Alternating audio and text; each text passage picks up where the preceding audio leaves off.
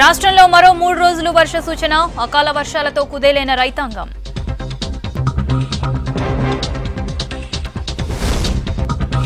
నిజామాబాద్లో మైనింగ్ దోపిడీతో ప్రకృతి ధ్వంసం, లైట్ తీసుకుంటున్న అధికారులపై స్థానికులు ఫైర్. గెలుపోటములకు కీలకంగా మారిన మహిళా ఓటర్లు, ఉమ్మడి వరంగల్లో పెరిగిన మహిళా ఓటర్ల సంఖ్య. మిషన్ భగీరథ ఫెయిల్యూర్ తోనే తాగునీటి కష్టాలు, రాష్ట్రంలో రాక్షస పాలన పోయిందన్న ఎమ్మెల్యే వివేక్. పేరెంట్స్ కోసం ఎస్ఐ అవతారం, నకిలీ ఆర్పీఎఫ్ ఎస్ఐని అరెస్ట్ చేసిన పోలీసులు.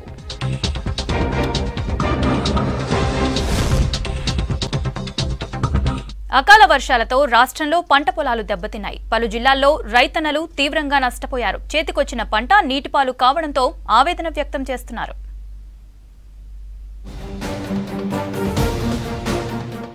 నిర్మల్ జిల్లాలో కురిసిన అకాల వర్షం, ఈదురుగాలులు రైతుల్ని నిండా ముంచాయి. లక్ష్మణ్ చంద మండలంలోని పలు గ్రామాల్లో మొక్కజొన్న, వరి, నువ్వుల పంటలు తీవ్రంగా దెబ్బతిన్నాయి. చేతికొస్తున్న పంట నేలరాలడంతో రైతులు ఆవేదన వ్యక్తం చేస్తున్నారు. తమని ప్రభుత్వమే ఆదుకోవాలని వేడుకుంటున్నారు. పంట నష్టాన్ని ప్రభుత్వానికి నివేదిక ఇస్తామని రైతులకు భరోసా ఇచ్చారు అధికారులు. ఈ గవర్నమెంట్ ఏమైనా సాయం చేస్తారని అనుకుంటున్నాం. సాయం చేయకపోతే నడచట్లేదు. ఇంత మంచి మొక్కలు కోసుకుంటామంటే 15 రోజుల్లో దిగుబడి ఎంత వస్తుంది, ఇప్పుడు కోస్తే ఎంత వస్తుంది, కొంచెం ఆలోచించి దాన్ని దయచేసి చేయాలి. అకాల వర్షాలు పడి మక్కంతా మొత్తం కింద పడిపోయింది. వర్షంతో పాటు వడగాలు, ఈదురుగాలు వచ్చి మొత్తం అంతా పడిపోయింది. ఇప్పటికైనా గవర్నమెంట్ మా రైతుల బాధ ఆదుకోవాలని మా వినతి. మంచిర్యాల జిల్లాలో ఉరుములు, మెరుపులు, ఈదురుగాలులతో కూడిన వర్షం పడింది. దీంతో వరి, మొక్కజొన్న పంటలు నేల కొరిగాయి. చేతికొచ్చిన పంట నేలపాలు కావడంతో ఆవేదన వ్యక్తం చేస్తున్నారు రైతులు. కొన్ని చోట్ల వడగళ్ల వాన పడడంతో మామిడి పూత రాలిపోయింది. దీంతో ప్రభుత్వం తమని ఆదుకోవాలంటున్నారు రైతులు. రాష్ట్రంలోని పలు జిల్లాల్లో కురిసిన అకాల వర్షాలు రైతన్నలకు తీవ్ర నష్టం కలిగిస్తున్నాయి. ఇప్పటికే నిజామాబాద్, కరీంనగర్ జిల్లాల్లో పంటలు దెబ్బతినగా అటు మెదక్ జిల్లాలోనూ పంటలు నేలకొరికాయి. నిన్న రాత్రి ఈదురుగాలులతో కూడిన వర్షానికి మక్కచేలకు తీవ్ర నష్టం జరిగింది. పలు మండలాల్లో వరి పంట దెబ్బతింది. చేతికొచ్చిన పంట అందకుండా పోయిందంటూ రైతులు ఆవేదన వ్యక్తం చేస్తున్నారు. ప్రభుత్వమే ఆదుకోవాలని విజ్ఞప్తి చేస్తున్నారు అన్నదాతలు. పంట అంతా నష్టమైంది. అంతా గాలికి ఒరుగుడు ఒరిగింది. అది ఇత్తులు కూడా పోసుడు, ఇప్పుడు ఇత్తులు పోసుడు మీద ఉంది. మొన్నటిదాకా వారలేదు, పారక వాన పడే వరకల్లా అంతా నేలకు ఒరిగింది. మొత్తము 30-35 వేల పెట్టుబడి నాకు శాతగాక మందులు కొట్టుడు నాకు వాటం కాక కైకిళ్ళ పెట్టుడు ఒక్కొక్కరికి మొత్తం నేల పడ్డది. ఇక ప్రభుత్వం ఏం చేస్తుంది, ఏం కథనో దాని మీదనే ఆధారం కొద్ది ఉన్నాం మేము. చేతికొచ్చిన పంట మొత్తం రాత్రి వానకు నేల కొరిగింది. ఈ నష్టం అన్ని గవర్నమెంట్ ఏమన్నా ఆదుకోవాలని కోరుకుంటున్నాం. కామారెడ్డి జిల్లా బిక్కనూరు మండలం అంతంపల్లి గ్రామంలో 44వ జాతీయ రహదారిపై ఆందోళనకు దిగారు 8 గ్రామాలకు చెందిన రైతులు. అకాల వర్షాలతో పంట నష్టపోయిన రైతులను ప్రభుత్వం ఆదుకోవాలని డిమాండ్ చేశారు. వడగళ్ల వానకు వందలాది ఎకరాల్లో పంట నష్టం జరిగిందని ఆవేదన వ్యక్తం చేశారు. జిల్లా కలెక్టర్, వ్యవసాయ అధికారులు పంటకు నష్టపరిహారంపై స్పష్టత ఇవ్వాలన్నారు. ఇలాంటి పంట నష్టపోయినాక మేము బతకడం దేనికి సార్? మేము బతకడం దేనికి? పంట నష్టపోయి సార్ దాని మీదే ఆధారపడి బతుకుతున్న జనాలం సార్. పంట మీద ఆధారపడి ఒక్కొక్కది 4 ఎకరాలు, 2 ఎకరాలు, 100 ఎకరాల వరకు నష్టపోయినాం సార్.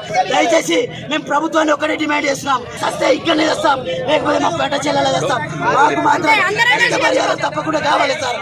రాష్ట్రంలో మరో 3 రోజులు వర్షాలు పడే సూచనలున్నట్టు వాతావరణ శాఖ అధికారులు చెబుతున్నారు. దీంతో ఇంకెంత నష్టం చవిచూడాల్సి వస్తుందో అని అన్నదాతలు వాపోతున్నారు. ప్రభుత్వమే తమను ఆదుకోవాలని విజ్ఞప్తి చేస్తున్నారు. గత ప్రభుత్వంలో నిర్లక్ష్యానికి గురైన ప్రాజెక్టులకు మహర్దశ మొదలైంది. కృష్ణా నది జలాల్లో నికరంగా నీటి హక్కులు కలిగున్న భీమా ప్రాజెక్టు నారాయణపేట జిల్లా రైతుల కన్నీళ్లను తుడవలేకపోయింది. దశాబ్దాలుగా పనులు పెండింగ్లో పడి సాగుకు ఆటంకాలు ఏర్పడ్డాయి. అవరోధాలను తొలగించి రైతులకు సాగునీరు అందించడంతో పాటు ఎకో టూరిజం ప్రాజెక్టుగా తీర్చిదిద్దేందుకు రాష్ట్ర ప్రభుత్వం ప్రణాళికలు రచిస్తోంది.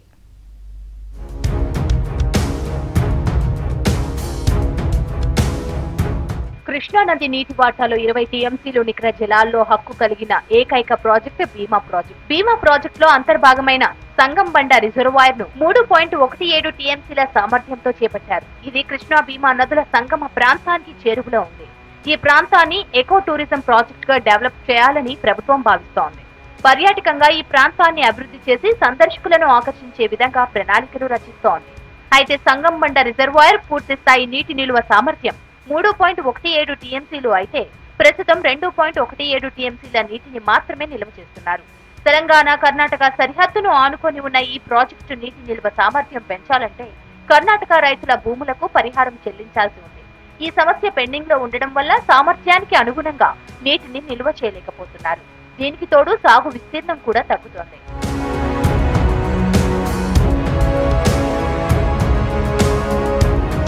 సంగంబండ ప్రాజెక్టు లెఫ్ట్ లో 11 కెనాల్ పనులు 18 ఏళ్లుగా పెండింగ్ లో ఉన్నాయి. ముంపు బాధిత రైతులకు గత ప్రభుత్వాలు పరిహారం కూడా ఇవ్వలేదు. నీటి పారుదలకు ఆటంకంగా మారిన రాతిబండ తొలగించడం కష్టసాధ్యంగా మారింది. ముంపు రైతులకు పరిహారంతో పాటు రాతిబండ తొలగించడం కోసం 10 కోట్ల రూపాయల నిధులను రేవంత్ సర్కారు విడుదల చేసింది. పరిహారంతో పాటు కాలువకు అడ్డంగా ఉన్న బండ తొలగింపు ప్రక్రియ మొదలైంది. దీంతో 15 గ్రామాలకు చెందిన 25,000 ఎకరాల భూములకు కొత్త ఆయకట్టుకు సాగునీరు అందబోతోంది. అలానే ఆ రిజర్వాయర్ కనుక చూస్తే అక్కడ మధ్యలో ఒక ఐలాండ్ లాగా ఒక ప్లేస్ కనిపిస్తుంది. దాన్ని ఆ సంగంబండని ఒక పర్యాటక కేంద్రంగా మార్చాలని చెప్పడం జరిగింది. మేము ఆల్రెడీ పాలమూరు న్యాయయాత్రలో భాగంగా సంగంబండ సందర్శించినప్పుడు అక్కడి నుంచే టూరిజం మినిస్టర్ జూపల్లి కృష్ణారావు గారు ఉన్నారో వారితో నేను స్వయంగా, శ్రీహరి ముదిరాజు గారు స్వయంగా మేమిద్దరం మాట్లాడడం జరిగింది. ఆల్రెడీ జూపల్లి కృష్ణారావు గారు మాకు మాటిచ్చినారు, సంగంబండ ఒక పర్యాటక కేంద్రంగా మారబోతున్నది. ఈ రిజర్వాయర్ కింద మక్తల్ నియోజకవర్గంలో 1,00,000 ఎకరాలకు పైగా ఆయకట్టు ఉంది. పెండింగ్ పనుల కారణంగా పూర్తి స్థాయి ఆయకట్టుకు ఏనాడు సాగునీరు అందలేదు. దశాబ్దాలుగా పంట పొలాలు బీడు భూములుగా మారడంతో మక్తల్ నియోజకవర్గ ప్రజలకు వలసలు తప్పలేదు.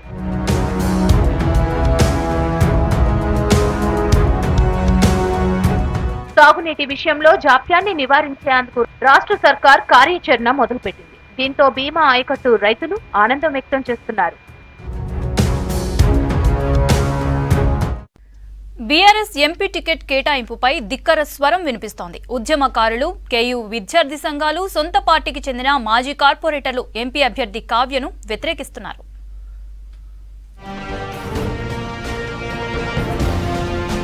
వరంగల్ పార్లమెంట్ టికెట్ ను ఉద్యమకారులకే ఇవ్వాలని, లేదంటే సిట్టింగ్ ఎంపీకే మరో ఛాన్స్ ఇవ్వాలని ఉద్యమకారులు, కేయూ జేఏసీ నేతలు, బీఆర్ఎస్ మాజీ కార్పొరేటర్లు మొదటి నుంచి కోరుతూ వస్తున్నారు. పార్టీలో సభ్యత్వం లేని వారికి, ఉద్యమంలో, పార్టీ కార్యక్రమాల్లో ప్రత్యక్షంగా పాల్గొనని కడియం కావ్యకు టికెట్ ఇవ్వొద్దని కేసీఆర్, కేటీఆర్ సహా జిల్లాకు చెందిన బీఆర్ఎస్ మాజీ మంత్రులు, ఎమ్మెల్యేలు, ఎమ్మెల్సీలకు వినతి పత్రాలు అందించారు. అయినా ఎవరూ స్పందించలేదు. కడియం శ్రీహరి తీరుపై ఉద్యమకారులు మొదటి నుంచి సీరియస్ గానే ఉన్నారు. ఇప్పటికే ఆయనకు వ్యతిరేకంగా కేయూలో హనుమకొండలోని హరిత కాకతీయ హోటల్లో సమావేశాలు నిర్వహించారు. కడియం కావ్యకు అధిష్టానం టికెట్ ప్రకటించడంతో మండిపడుతున్నారు. పార్టీ పెద్దల తీరుకు మాజీ కార్పొరేటర్లు చింతా యాదగిరి, బోడా డిన్నా, జోరిక రమేష్, కేయూ విద్యార్థి సంఘాల నేతలు సమావేశం నిర్వహించారు. ఆమెకు టికెట్ కేటాయించవద్దని అధిష్టానం పునరాలోచించాలని కోరారు. మరి మమ్మల్ని పార్టీ అధిష్టానం గుర్తించుకోకుండా ఈరోజు టికెట్ మరి కడియం శ్రీహరి కూతురుకు కడియం కావ్యకి ఇవ్వటం అనేది మేము వ్యతిరేకిస్తాము. ఆమెకి బీఆర్ఎస్ పార్టీలో కనీసము ప్రాథమిక సభ్యత్వం కూడా లేదు. మళ్ళీ అలాంటి వ్యక్తికి ఈరోజు టికెట్ ఇవ్వటం అనేది యావత్ విద్యార్థి లోకము, యువత, మరి ఉద్యమకారులు, పార్టీ శ్రేణులు కూడా దీన్ని జీర్ణించుకోలేకపోతా ఉన్నారు. కడియం శ్రీహరి ఉద్యమకారులను కాదని తన కూతురు కోసం అందరినీ బ్లాక్మెయిల్ చేసి టికెట్ ఇప్పించుకున్నారని కడియం శ్రీహరిపై కేయూ ఉద్యమకారులు అగ్గి మీద గుగ్గిలమవుతున్నారు. అనేక ఉద్యమాలలో పనిచేసినటువంటి ఒక ఉద్యమ నేపథ్యం ఉన్నటువంటి మరి మాలాంటి విద్యార్థి యువకులకు మరి ఇస్తే ఈ టికెట్ అనేది బాగుండేది. కానీ ఈ పార్టీలో ఎలాంటి సభ్యత్వం లేకుండా మరి ఎన్నో 40 ఏళ్ల రాజకీయ చరిత్ర ఉన్నటువంటి కడియం శ్రీహరి అనే ఒక బ్రాండ్ను చూసి ఆయన చెప్పుకునేటువంటి మరి బ్లాక్మెయిల్ చేస్తే ఇలా కేసీఆర్ గారు తలొగ్గి మరి కడియం కావ్యాన్ని ఇవ్వడం అనేది ఇది సమంజసం కాదు. వరంగల్ ఎంపీ టికెట్ కావ్యకు కేటాయించడాన్ని సొంత పార్టీ నేతలే తట్టుకోలేకపోతున్నారు. వందలాది మంది బీఆర్ఎస్ అభిమానులే పార్టీ, కేసీఆర్ తీరును తప్పుబడుతున్నారు. అభ్యర్థి పేరును మార్చాలని డిమాండ్ చేస్తున్నారు. ఏదైతే మొన్న జరిగినటువంటి హైదరాబాద్ లో జరిగినటువంటి పార్లమెంటు రివ్యూ సమావేశంలో కనీస సమాచారం కూడా ఆశావా అభ్యర్థులైనటువంటి మాకు ఇవ్వకుండా ఒకరిద్దరు నాయకులు అడ్డుపడి ఏదైతే వాళ్ళ వ్యక్తిగత స్వార్థ రాజకీయాల కోసం బీఆర్ఎస్ పార్టీని బ్లాక్మెయిల్ చేసి ఏదైతే కుటుంబ సభ్యులకు టికెట్లు ఇప్పించుకున్నటువంటి సందర్భాన్ని మనం చవి చూసినాం. బీఆర్ఎస్ ప్రకటించిన వరంగల్ ఎంపీ అభ్యర్థిని ఉద్యమకారులు, కేయు విద్యార్థి సంఘాలు వ్యతిరేకిస్తున్నారు. పార్టీ కోసం పనిచేసిన వారికి అవకాశం ఇవ్వాలని కోరుతున్నారు. లేకపోతే తమ కార్యాచరణ ప్రకటిస్తామని హెచ్చరిస్తున్నారు. ఆర్పీఎఫ్ ఎస్ఐ అని చెబుతూ తిరుగుతున్న ఓ యువతిని పోలీసులు అరెస్టు చేశారు. మాళవిక నార్కట్పల్లికి చెందిన యువతిగా గుర్తించారు. నిజాం కాలేజీలో డిగ్రీ పూర్తి చేసిన యువతి 2018లో ఆర్పీఎఫ్ ఎస్ఐ పరీక్ష రాసింది. కంటి సమస్య వల్ల ఆమె ఉద్యోగానికి సెలెక్ట్ కాలేదు. తల్లిదండ్రులు బాధపడతారనే కారణంతో ఎస్ఐ డ్రెస్ తో పాటు ఐడి కార్డు చేయించుకుని ఎస్ఐ అవతారం ఎత్తింది. నార్కెట్పల్లిలో సిఆర్పీఎఫ్ ఎస్ఐనంటూ ఏడాది కాలంగా నమ్మించింది. మోసం బయటపడడంతో ఇవాళ అరెస్ట్ అయింది. పెళ్లి సంబంధం చూసేందుకు సైతం యూనిఫామ్లోనే వెళ్లినట్లు గుర్తించారు.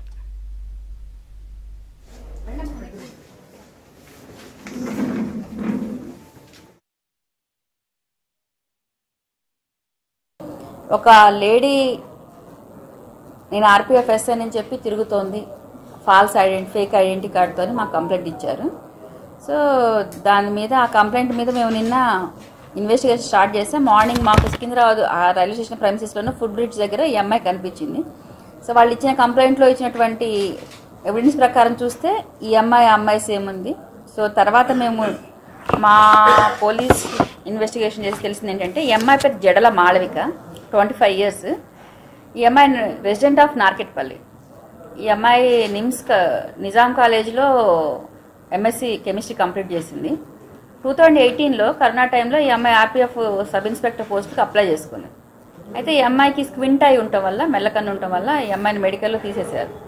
బట్ ఊర్లో అప్పటికే ఈ అమ్మాయి చెప్పుకుంది అనమాట, నేను ఆర్పీఎఫ్ ఎస్ఐని అవుతున్నా అని చెప్పేసి. పేరెంట్స్ కూడా హ్యాండిక్యాప్డ్, ఇద్దరు, ఒక బ్రదర్ ఉన్నాడు, ఇంటర్ చదువుతున్నాడు. ఇక వాళ్ళందరూ కూడా మంచి హోప్లో ఉన్నారు ఈ అమ్మాయి ఎస్ఐ అయిపోతుంది అని చెప్పేసి. ఇంకా వాళ్ళని ఇంకా బాధ పెట్టడం ఇష్టం లేక ఈ అమ్మాయి దాన్ని కంటిన్యూ చేసేసింది. సో తర్వాత మరి మీ ఆఫీస్కి ఎందుకు వెళ్ళట్లేదు, మరి సెలెక్ట్ అయ్యావు కదా అని పేరెంట్స్ అడిగితే ఎమ్మటి ఎల్వి నగర్లో ఒక యూనిఫామ్ కుట్టించుకుంది. రోజు ఈ ఆర్పీఎఫ్ వాళ్ళని చూస్తుంది, వీళ్ళ యూనిఫామ్ వీళ్ళు ఏంటని. సేమ్ అలానే ఒక యూనిఫామ్ కుట్టించుకొని ఒక ఐడి కార్డు కొత్తపేటలో రెడీ చేయించుకొని ఇక అప్పటి నుంచి నేను ఆర్పీఎఫ్ ఎస్ఐ అని చెప్పేసి పల్నాడు ఎక్స్ప్రెస్ కొన్ని ట్రైన్స్ ఉన్నాయి ఈ అమ్మాయి స్పెసిఫిక్గా, ఆ ట్రైన్లలో ఎక్కటం తిరగటము. ప్రస్తుతానికైతే ఈ రోజే చేశాం కాబట్టి ఇంకా డీటెయిల్స్ తెలియదు. తర్వాత మేము పోలీస్ కస్టడీ తీసుకొని ఏమైనా మిస్యూజ్ చేసిందా అనేది మేము తెలుసుకుంటాము. అయితే కొన్ని ఆఫీసులకు వెళ్ళింది, కొన్ని టెంపుల్స్ కూడా విఐపీ లాగా విజిట్స్కి వెళ్ళిందని మాకు తెలిసింది. సో పేరెంట్స్ బాధపడతారన్న ఉద్దేశంతో ఈ అమ్మాయి చేస్తున్నానైతే కన్ఫ్యూస్ అయిపోయింది వెంటనే మాకు. సో ఈ అమ్మాయి యూనిఫామ్ కనీసం గుడికి వెళ్ళినా ఫంక్షన్లకు కూడా యూనిఫామ్లో అటెండ్ అవుతుంది. దానివల్ల నిజంగా వీళ్ళందరూ కూడా ఈ అమ్మాయి నిజంగానే ఇన్స్పెక్టర్ ఏమనుకున్నారు. అంతేకాకుండా ఉమెన్స్ డేకి మొన్న పెళ్లి స్టేషన్ కూడా అయిపోయింది, ఈ అమ్మాయి సన్మానాలు కూడా చేశారు ఊళ్ళల్లో. మాకే ఆశ్చర్యంగా అనిపించింది. కాకపోతే చదువుకున్నది కాబట్టి ఇది చాలా డేంజరస్ ట్రెండ్. అమ్మాయికి ఉండొచ్చు ఇష్టము, బట్ దానికి ఇలా మభ్యపెట్టి ఇలా చేయటం చాలా తప్పు.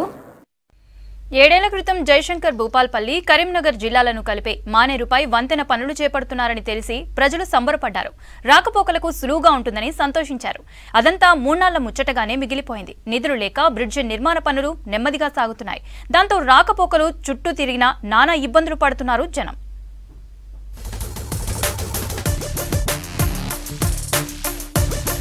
జయశంకర్ భూపాలపల్లి, కరీంనగర్ జిల్లాల మధ్య టేకుమట్ల మండలం గర్మిల్లపల్లి సమీపంలో మానేరు వాగుపై బ్రిడ్జి నిర్మాణ పనులు పూర్తి కాక ప్రజలు ఇబ్బందులు పడుతున్నారు. అధికారులకు, ప్రజా ప్రతినిధులకు అనేక మార్లు వినతి పత్రాలు అందజేశారు. స్పందించిన సర్కార్ ఉమ్మడి వరంగల్, కరీంనగర్, ఆదిలాబాద్ జిల్లాలకు రవాణా సులువుగా ఉంటుందని భావించి 2016లో 51,60,00,000 మంజూరు చేసింది. ఆ నిధులతో 2016 ఆగస్టు 4న శంకుస్థాపన చేసి పనులు ప్రారంభించారు. 2 ఏళ్లలో బ్రిడ్జి నిర్మాణం పూర్తి చేస్తామని ప్రజా ప్రతినిధులు, ఇంజనీరింగ్ అధికారులు ఎంతో ఆర్భాటంగా పనులకు శంకుస్థాపన చేశారు.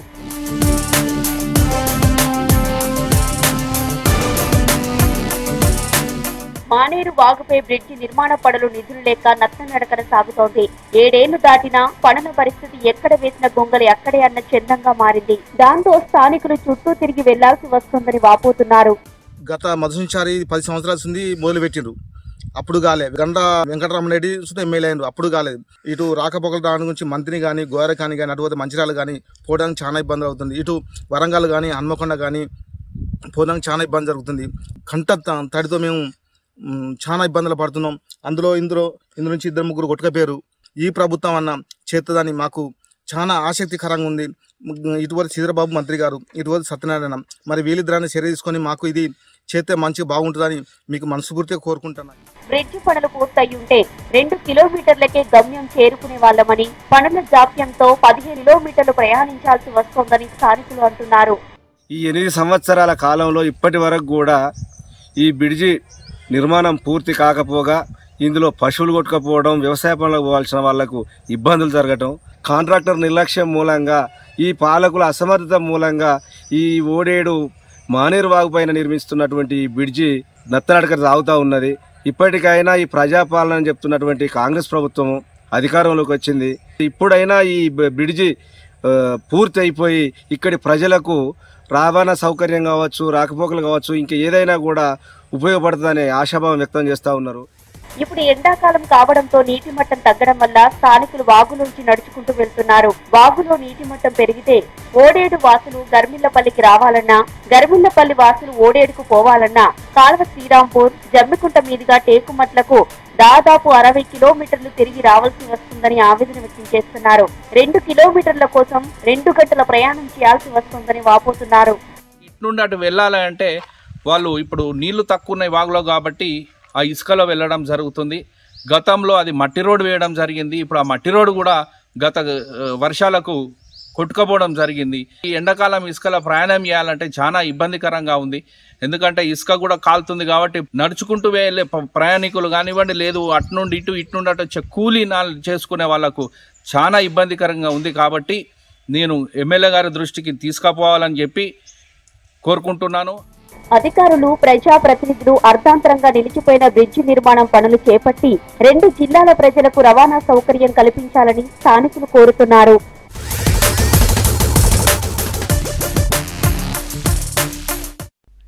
దశాబ్ద కాలంగా నిజామాబాద్ సమీప పల్లెల్లో అలజడి నెలకొంది. మైనింగ్ మాఫియా కన్ను ఈ ప్రాంతంపై పడడంతో ప్రకృతి మొత్తం ధ్వంసమవుతుంది. నిత్యం బాంబుల మోతతో జనం వణికిపోతున్నారు. జిల్లా కేంద్రానికి కూతవేటు దూరంలో ప్రకృతిని కొల్లగొడుతున్నారు కొందరు మైనింగ్ వ్యాపారులు. గుట్టల్ని తవ్వి మరాన్ని తరలిస్తున్నారు. ఇందుకోసం ప్రకృతి పచ్చని చెట్లను నరికేస్తున్నారు.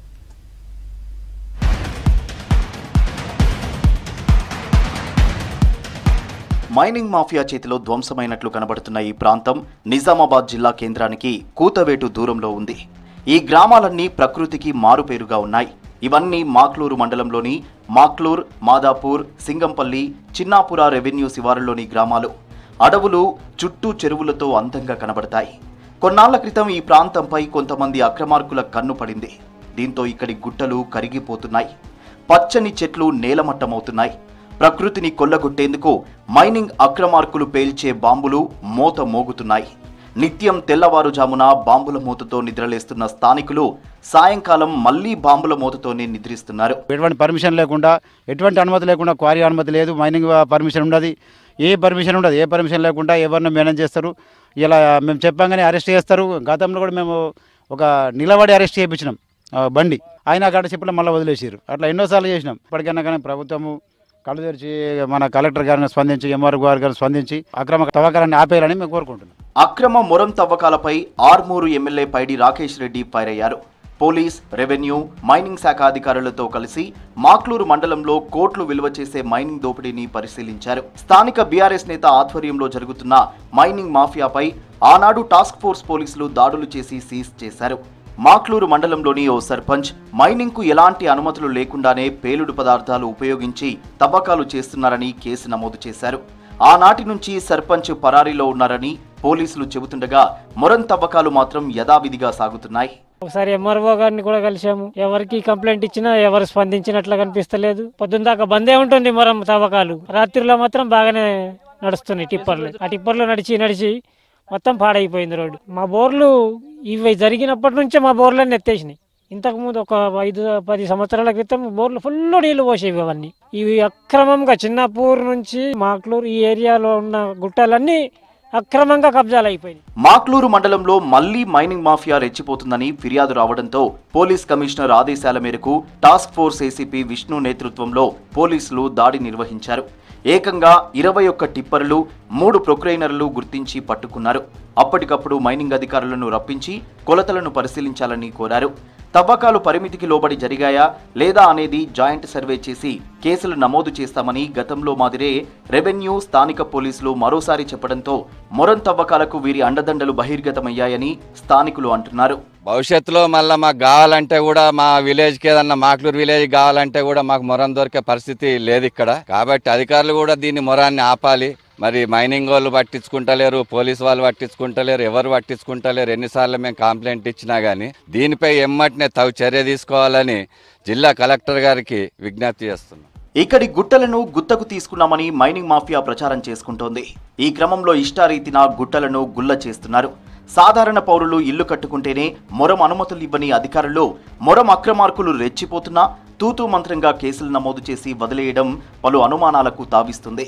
రెవెన్యూ, పోలీస్, మైనింగ్ ఇలా ఏ ఒక్క శాఖ అధికారి కూడా సీరియస్గా ఈ దందాను కట్టడి చేయకపోవడమేంటో అర్థం కావడం లేదని ఆగ్రహం వ్యక్తం చేస్తున్నారు స్థానికులు. అక్కడ నుంచి కోతులు, అడిపందులు మా పంట చేన్లకు వచ్చి ఆ బాంబ్ బ్లాస్టింగ్ కు ఆ సప్పుట్లకు అక్కడ ఉండక అవి మా చేన్ల మీద పడి మా ఊర్ల మీద పడి కూడా నానా ఇబ్బంది చేస్తున్నాయి. ఇప్పటికైనా అధికార యంత్రాంగం తక్షణమే చర్య తీసుకోవాలి. పోలీస్ వ్యవస్థ మేం కంప్లైంట్ చేస్తే కూడా కొన్ని చాలు పట్టించుకునే నాదులు లేరు. ఈసారి మొరం మాఫియా స్థానిక కాంగ్రెస్ నేతలను ప్రసన్నం చేసుకున్నట్లు ప్రచారం జరుగుతుంది. తాజాగా పట్టుకున్న జేసీబీలు, టిప్పర్లను మాక్లూరు పోలీస్ స్టేషన్లో ఉంచారు. ఇంకా విచారణ జరుగుతుందంటూ కాలం వెల్లదీస్తున్నారు. 3 నెలల క్రితం ఎక్స్ప్లోజివ్ కేసులు నమోదు చేయగా ఫ్యామిలీతో సహా పరారైన సర్పంచ్ను పట్టుకోని పోలీసులు ఇంకా విచారణ అంటూ కాలం వెల్లదీయడం వెనుక ఎవరున్నారన్న చర్చ నడుస్తుంది. నిజామాబాద్ గంగస్థాన్కి చెందిన 2 వ్యాపారులు మొరం దందా నిర్వహిస్తూ కోట్లకు పడగలెత్తారు. అధికారులు స్పందించకపోవడం కూడా పలు అనుమానాలకు తావిస్తుంది. మొరం తవ్వకాలు చేస్తున్న వారిని కఠినంగా శిక్షించాలని, విలువైన ప్రకృతి సంపదను కాపాడి భవిష్యత్తు తరాలకు అందించాలని మాక్లూరు మండలవాసులు కోరుతున్నారు.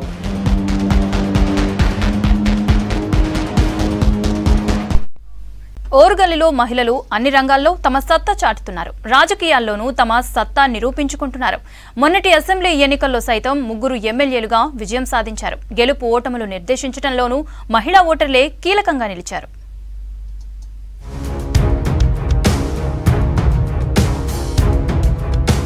రాష్ట్రంలో మే 13న జరగనున్న సార్వత్రిక ఎన్నికలకు ఓవైపు అధికారులు ఏర్పాట్లలో నిమగ్నమవగా మరోవైపు రాజకీయ పార్టీలు వ్యూహాలకు సన్నద్ధమవుతున్నాయి. గత నెలలో ఓటర్ల తుది జాబితా ప్రకటించారు. Warangal SC reserved, Mahabubabad ST reserved స్థానం పరిధిలో పురుష ఓటర్ల కంటే మహిళలే అధికంగా ఉన్నారు. గత శాసనసభ ఎన్నికల్లోనూ అత్యధికంగా ఓటింగ్లో మహిళలే పాల్గొన్నారు. యువ ఓటర్లు కూడా సత్తా చాటారు. ఇదే స్ఫూర్తిని లోక్సభ ఎన్నికల్లోనూ కొనసాగించనున్నారు.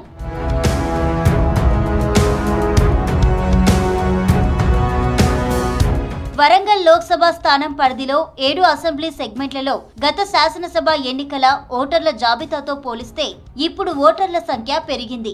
ప్రస్తుతం వరంగల్ పార్లమెంట్ పరిధిలో 18,16,543 మంది ఓటర్లు ఉండగా అసెంబ్లీ ఎన్నికల సమయంలో ఆయా సెగ్మెంట్లలో మొత్తం 18,08,235 మంది మాత్రమే ఉన్నారు. అయితే 8,308 మంది ఓటర్లు పెరిగారు. శాసనసభ నియోజకవర్గాల వారీగా చూస్తే వరంగల్ పశ్చిమ నియోజకవర్గంలో 4,814 మంది ఓటర్లు తగ్గారు. దీంతో ఒక పోలింగ్ కేంద్రాన్ని తగ్గించారు. మహబూబాబాద్ లోక్సభ స్థానం పరిధిలోని 7 నియోజకవర్గాల్లో ప్రస్తుతం 15,26,998 మంది ఓటర్లుండగా శాసనసభ ఎన్నికల సమయంలో 14,68,018 మంది ఉన్నారు. మొత్తంగా 7 అసెంబ్లీ సెగ్మెంట్లలో 58,980 మంది ఓటర్లు పెరిగారు. లోక్సభ ఎన్నికల సందర్భంగా ఏప్రిల్ 15 వరకు ఓటు హక్కు నమోదు చేసుకునే అవకాశం ఉంది.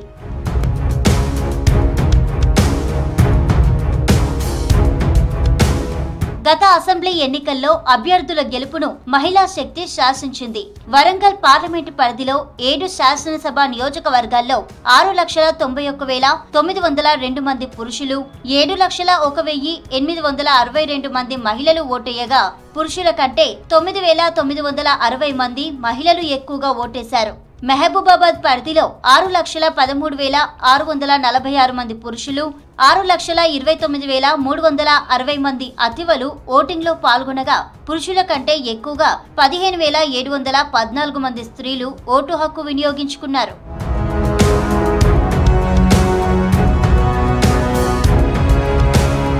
వరంగల్ లోక్సభ స్థానం పరిధిలో 18,16,543 మంది ఓటర్లుండగా వారిలో 8,91,940 మంది పురుషులు, 9,24,208 మంది మహిళలు, 32,268 మంది మహిళలు అధికంగా ఉన్నారు.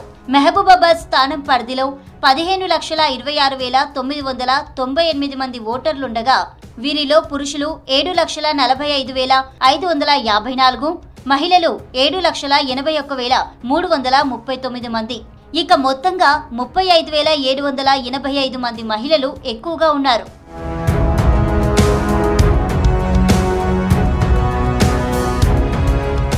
ఈ జిల్లాలో మరో ప్రత్యేకత కూడా ఉంది. వరంగల్ ఎస్సీ పార్లమెంటు రిటర్నింగ్ అధికారిగా వరంగల్ కలెక్టర్ పి ప్రావీణ్య ఎన్నికల ఏర్పాట్లలో నిమగ్నమయ్యారు. ఇక హనుమకొండ జిల్లా కలెక్టర్ సిక్తా పట్నాయక్, ములుగు జిల్లా కలెక్టర్ గా ఇలా త్రిపాఠి సైతం ఎన్నికల కోసం విధుల్లో బిజీగా ఉన్నారు. మొన్నటి అసెంబ్లీ ఎన్నికలను సమర్థవంతంగా నిర్వహించిన ఈ మహిళా అధికారులు మరోసారి పార్లమెంటు ఎన్నికలను విజయవంతం చేసేందుకు కసరత్తు చేస్తున్నారు.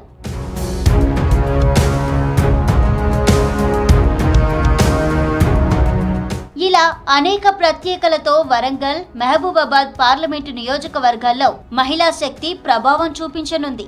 ఈ క్రమంలో నిర్ణయాత్మక శక్తిగా ఉన్న మహిళా ఓటర్లను ఆకట్టుకునేందుకు ప్రధాన రాజకీయ పార్టీలు దృష్టి సారించాయి. నాటుకోడి కూర తినాలంటే ఎవరైనా సరే ఉదయమే పల్లెటూరులోకి వెళ్ళాలి. ఎంతో కొంత ధర పెట్టి ఊరు కోనలు కొనుక్కోవాలి. లేదంటే చికెన్ సెంటర్లలో దొరికే నాసిరకం సేడెడ్ నాటుకోళ్లు కొనాలి. కానీ ఆ ఒక్క ప్రాంతంలో మాత్రం నాణ్యమైన నాటుకోళ్ల కోసం ఏకంగా అంగడే జరుగుతోంది.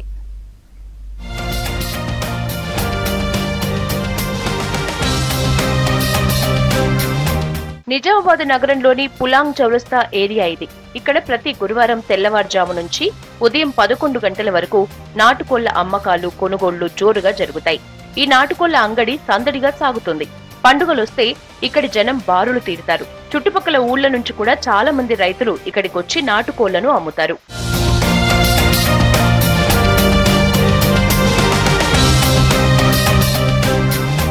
కొన్నేళ్ల కిందట ఇక్కడ ఒకరిద్దరు ఊళ్ల నుంచి కోళ్లను తెచ్చి అమ్మేవారు. క్రమంగా ఇది నాటుకోళ్ల అంగడిగా మారింది. ఈ అంగట్లో ప్రకృతి సిద్ధంగా పెరిగిన నాటుకోళ్లు, దేశీ కోళ్లు, కడక్నాథ్ కోళ్లు, పందెం కోళ్లు దొరుకుతాయి. ఇది ఒరిజినల్ కడక్నాథ్. మాంసం వచ్చేసి ప్యూర్ బ్లాక్ ఉంటుంది. ఇమ్యూనిటీ పవర్ ఎక్కువ ఉంటుంది. మన దేశీ కోళ్ళ కంటే 3 ఇంతలు మంచి క్వాలిటీ ఉంటాయి. ఈ పెద్ద కోళ్ళు వచ్చేసి గుడ్లు పెడుతున్నాయి. గుడ్డు వచ్చేసి 30 రూపీస్కి ఒకటి. ఈ పిల్లలు వచ్చేసి 3 మంత్స్ ఉన్నాయి, 2 మంత్స్ ఉన్నాయి. మన దేశీ కోళ్ళ కంటే ఇమ్యూనిటీ పవర్ ఎక్కువ ఉంటుంది. మన దేశీ జాతి అంతరించిపోతుందని చెప్పేసి ఈ కడక్నాథ్ ఫామ్ అనేది డిచ్పల్లిలో స్టార్ట్ చేసినాము. ఈ నాటుకోళ్ల సైజును బట్టి ధర ఉంటుంది. కేజీ 400 నుంచి 700 వరకు ఉంటుంది. కడక్నాథ్ కోళ్ల ధర 500 నుంచి 900 వరకు ఉంటుంది. పందెం కోళ్లుగా ఒక పందెం కోడి 34,000కు అమ్ముడుపోయింది. ప్రతి గురువారం ఈ నాటుకోళ్ల అంగడికి 1000కి పైగా జాతి కోళ్లు అమ్మకానికి వస్తాయి. ప్రతి గురువారం అంగడి జరుగుతుంది. ఇక్కడ ఏంటంటే మన నాటుకోళ్లు దొరుకుతాయి. అన్ని రకాల జాతులు దొరుకుతాయి. ఆంధ్ర కోళ్లు దొరుకుతాయి. అన్ని ఏవి కావాలంటే అవి దొరుకుతాయి. ఏ కోళ్ళు అంటే ఆ కోళ్ళు దొరుకుతాయి. ప్రతి గురువారం ఇక్కడ జనాభా బాగా మంది వస్తారు, కొనుక్కపోతూ ఉంటారు. అందరూ ఎగుమతి దిగుమతి జరుగుతూనే ఉంటున్నది. మంచిగా జరుగుతుంది. రేట్లు ఉంటాయి అన్న. ఇక అవి లెక్క రేట్లు ఉంటాయి. కోడిని బట్టి రేటు ఉంటుంది. నాటు కోళ్ళకు తక్కువ రేటు ఉంటాయి, పెద్ద జాతి కోళ్ళకు ఎక్కువ రేటు ఉంటాయి. ఈ అంగడిలో నచ్చిన రకం నాటుకోళ్లను కొనుక్కోవచ్చు అంటున్నారు జనం.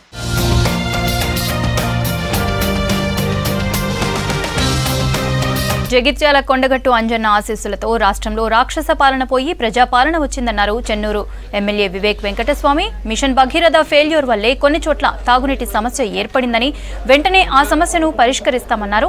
జగిత్యాల జిల్లా కొండగట్టు ఆంజనేయ స్వామిని దర్శించుకుని ప్రత్యేక పూజలు చేశారు. గత అసెంబ్లీ ఎన్నికల్లో విజయం సాధిస్తే 105 కొబ్బరికాయలు కొడతామన్న మొక్కును తీర్చుకున్నారు. ఆలయం బయట కార్యకర్తలతో కలిసి 105 కొబ్బరికాయలు కొట్టారు.